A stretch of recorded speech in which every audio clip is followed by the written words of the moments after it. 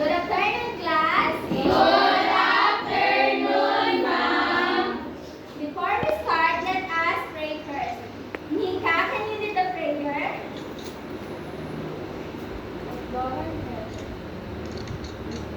Okay, thank you, Nika. Class, before you sit down, kindly arrange your chair and pick up all the mess under your chair.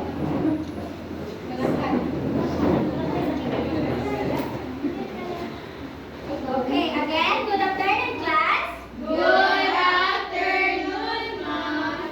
I am teacher Charis. How are you today? We're okay. Okay, that's great. I'm happy to hear that. So, I will check your attendance. Who's absent, row 1? No, ma'am. Okay, there's no absent. How about row 2? No. Okay, there's also no absent. I'm glad that all of you are present today. So, before anything, class, let's read our classroom rules. Cyril, can you read our classroom rules? Classroom rules. Number 1, sit properly. Number 2, if someone is talking in front, listen. Number 3, raise your hand if you want to answer. Number 4, excuse yourself if you want to go out. Okay, class, I want you to follow our classroom rules and keep it in your mind. Okay ba, class? Yes, ma'am. Okay. Before we proceed to our next topic, let's have a short review. So, what are the physical activities that you have done last meeting? Okay, Novi Shane? Ma'am, nag-dance po kami. Okay. Did you feel tired? No, ma'am. What parts of the body did you use for moving? Feet. Hands.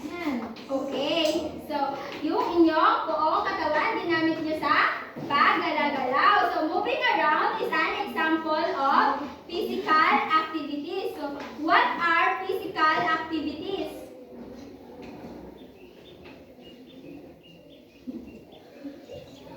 Okay, now, Shane?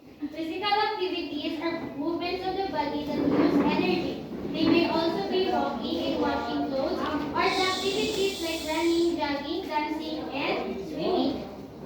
Okay, how about the others? What did you learn about physical activities? Okay, Cyril? Physical activity tells how hard your body is working during physical activity. An activity may be begin from light to moderate to then vigorous. Okay, very good. So, meron na kayong natutunan sa nakaraan nating aralin. So, ngayon ay magpapatuloy na tayo sa panibagong nating aralin. But before that, we will have a game called Pick to Word. So, alam niyo ba yung Pick to Word, class? Hindi po. Alam po. Yes, ma'am. Okay.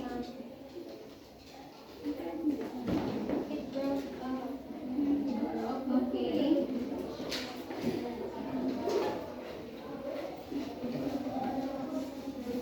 Thea, can you read the direction of our game? Direction.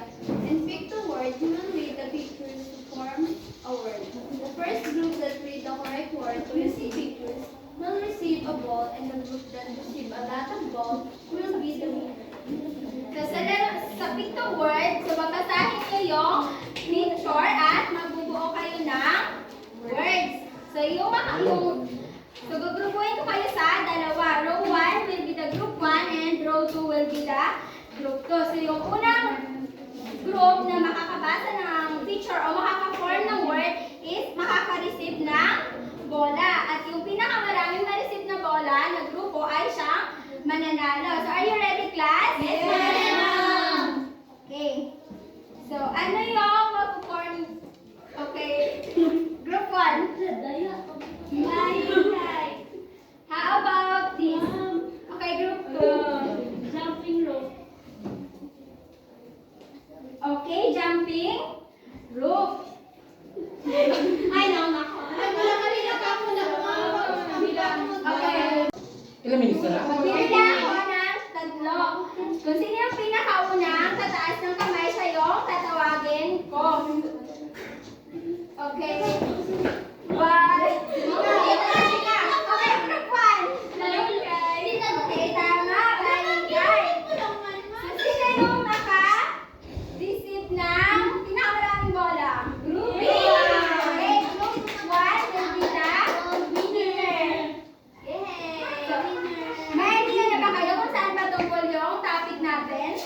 Opo! Okay, Thea, patungkol saan yung topic natin? About ano ma'am, pyramid and Okay, so our topic for today is all about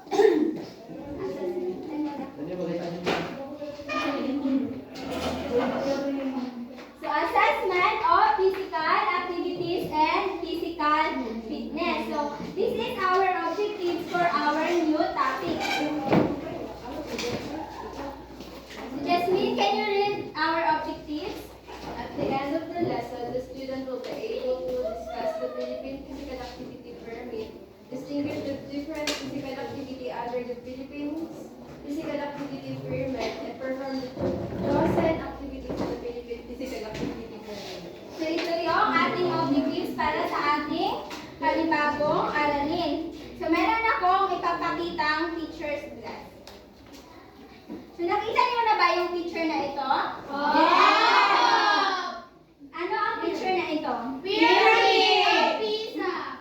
Okay, ito ay Pyramid of Egypt. So a pyramid is made up of triangle which makes up the top and the base that is either square, rectangle, or triangle. So in physical education, meron din tayong pyramid na tinatawag. And there are many parts, the base, the top, and the middle. So that consists of different levels of activities. Did you understand, class? Yes, ma'am. Okay, so let's proceed to our So kanina sinabi ko, in physical education, mayroon tayong pyramid. So the Filipino Pyramid Activity Guide. So nakikita niyo ba, class? Yes po! Okay.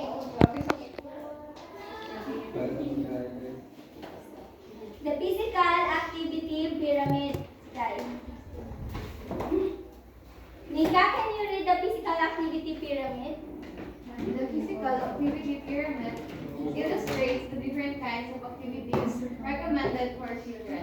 It consists of different activities divided into 4 levels, where each level refers to recommended frequency. So yung Physical Activity Pyramid ay naglalaman ng iba't ibang klase ng physical activities. At binanggit doon na meron ito 4 na levels. Nakikita niyo ba ito, class? Yes, sir! What are those? Okay, Thea. May sinasabi si Thea. Ano nga yung tanong mo? Ano yung 4 na level na nakikita mo sa picture? I see habitually, regularly, often, every minute. Okay, very good. So let's proceed to the function of each level. So, level 1, who wants to read? Okay, Nika.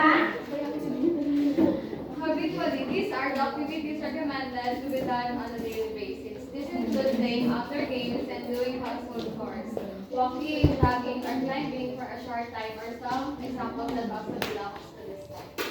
So, ito yung mga activities na recommended na araw-araw gawin. So, ito yung mga nakapaloob na physical activities sa habitually. Okay, so can you read yung mga nakapaloob dito sa habitually physical activities? Taking the stairs instead of the elevator, taking longer roads, moving the stairs, box or mailbox, parking your car farther away, adding extra steps to your daily routine, taking stretch breaks at home or work, doing household chores, running errands, So, yan yung mga physical activities na nakapaloob sa habitually. How about the level 2? Who wants to read? Okay, Thea. Regularly.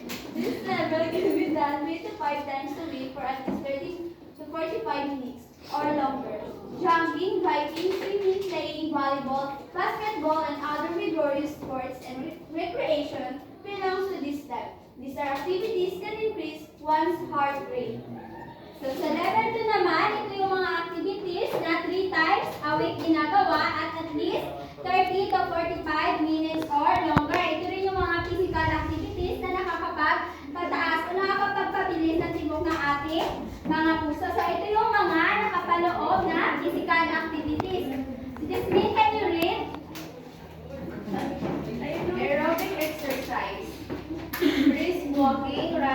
jogging, bicycling, aerobic dancing, swimming, aero kickboxing.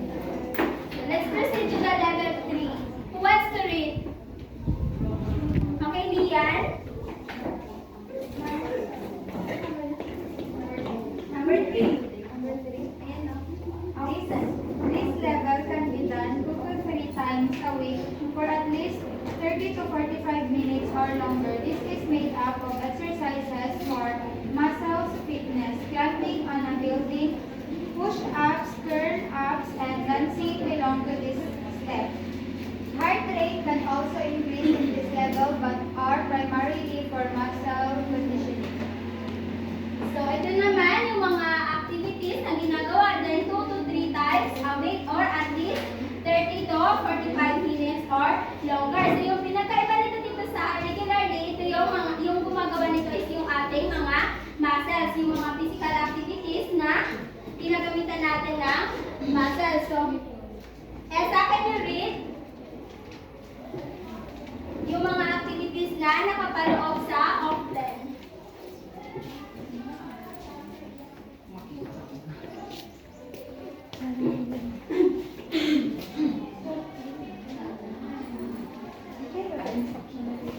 For leisure activities, we have 3, go mall, trolley, play golf, tapos go bowling. Tapos sa exercise for strength and flexibility, meron tayong 4. So yung stretching, yoga, tai chi, resistance training. Okay, nasusundan ba, class? So, ito yung mga activity na nakapaloob sa level 3. And lastly, the level 4. Who wants to read? Okay, Angelina?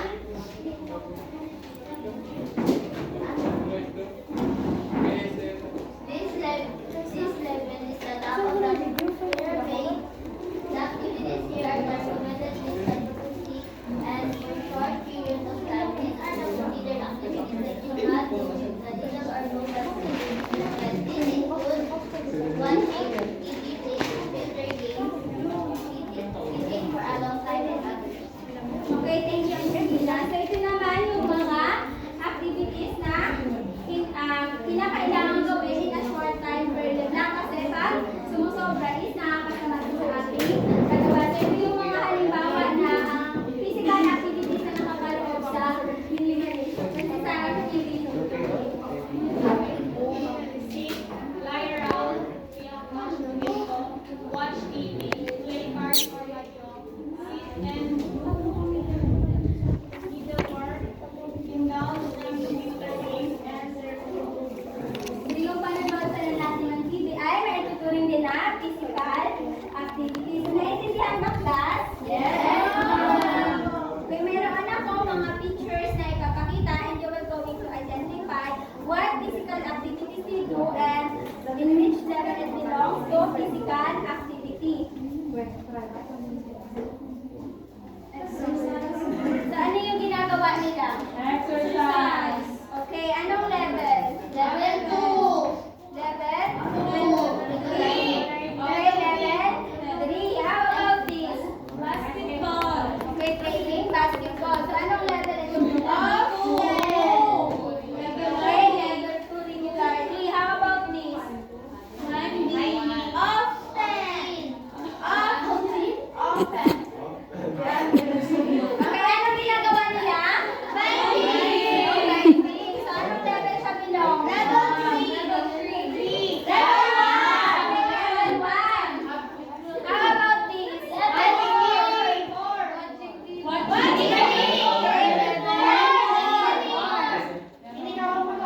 Okay, very good class. So ngayon, magkakaroon tayo ng group activity. So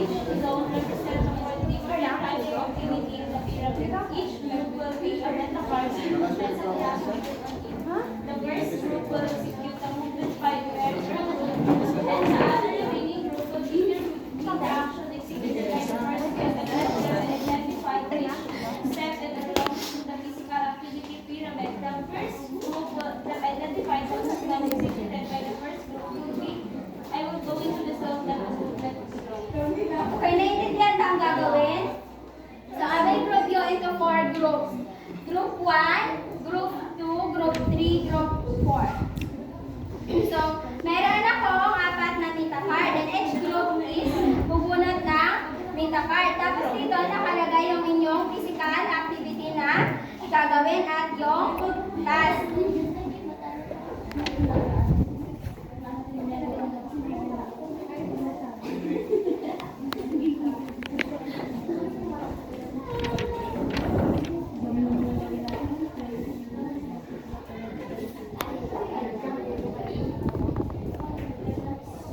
Okay. Pumunta na kayo sa inyo, mga kagrupo. Sa gitna.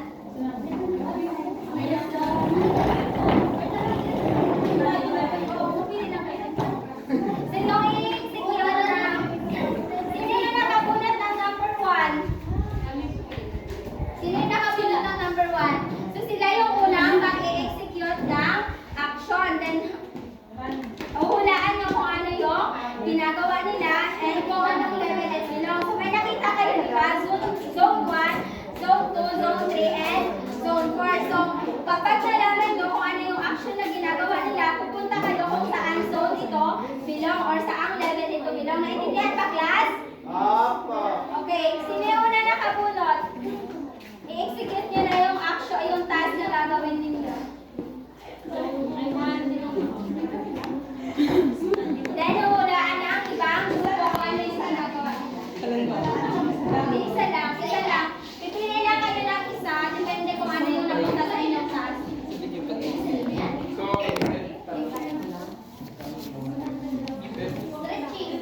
Dahil yung mga remaining group, huhulaan kayo kung ano yung ginagawa nila at pupunta kayo kung saan itong zone belong.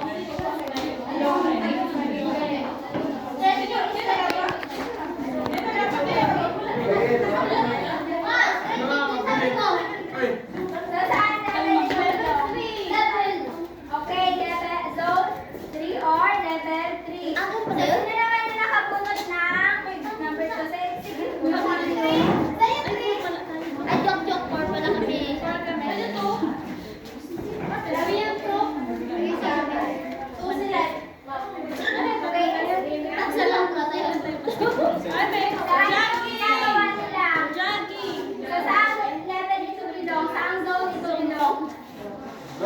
One, joke.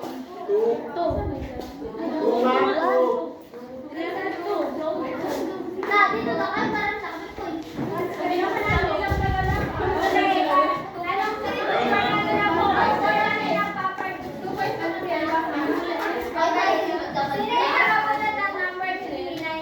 Okay, isikip nyo kung ano yung request sa inyong task. Yung hulaan ng iba.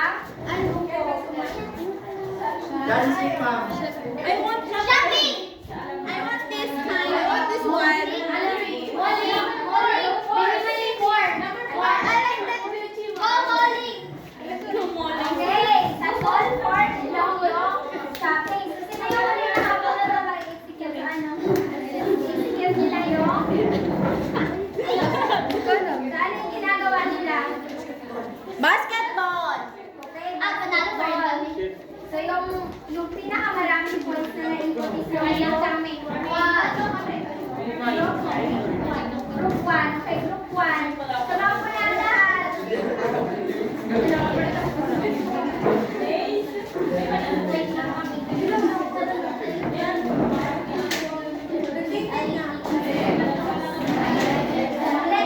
Meron ako ilang mga tanong na itatanong ko para malaman ko talaga mayroon kayong natutunan at handa na magpatuloy sa susunod na aralin.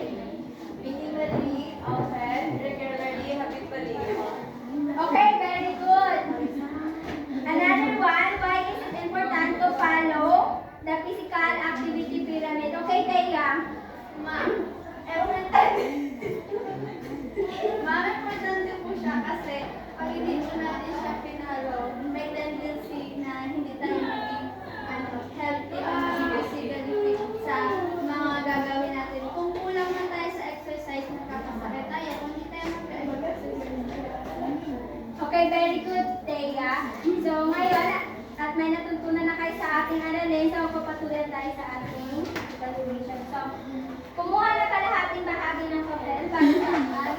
Ay, mayroong Nika, can you read the direction? Based on the physical activity pyramid, identify whether the movement is habitually, regularly, often, or minimally. Right is if it is habitually, R for regularly, O for often, and M for minimally. Okay, thank you, Nika. So, pwede na kayong magsimula. We're done, ma'am. We're done, Ma'am. Pass your paper.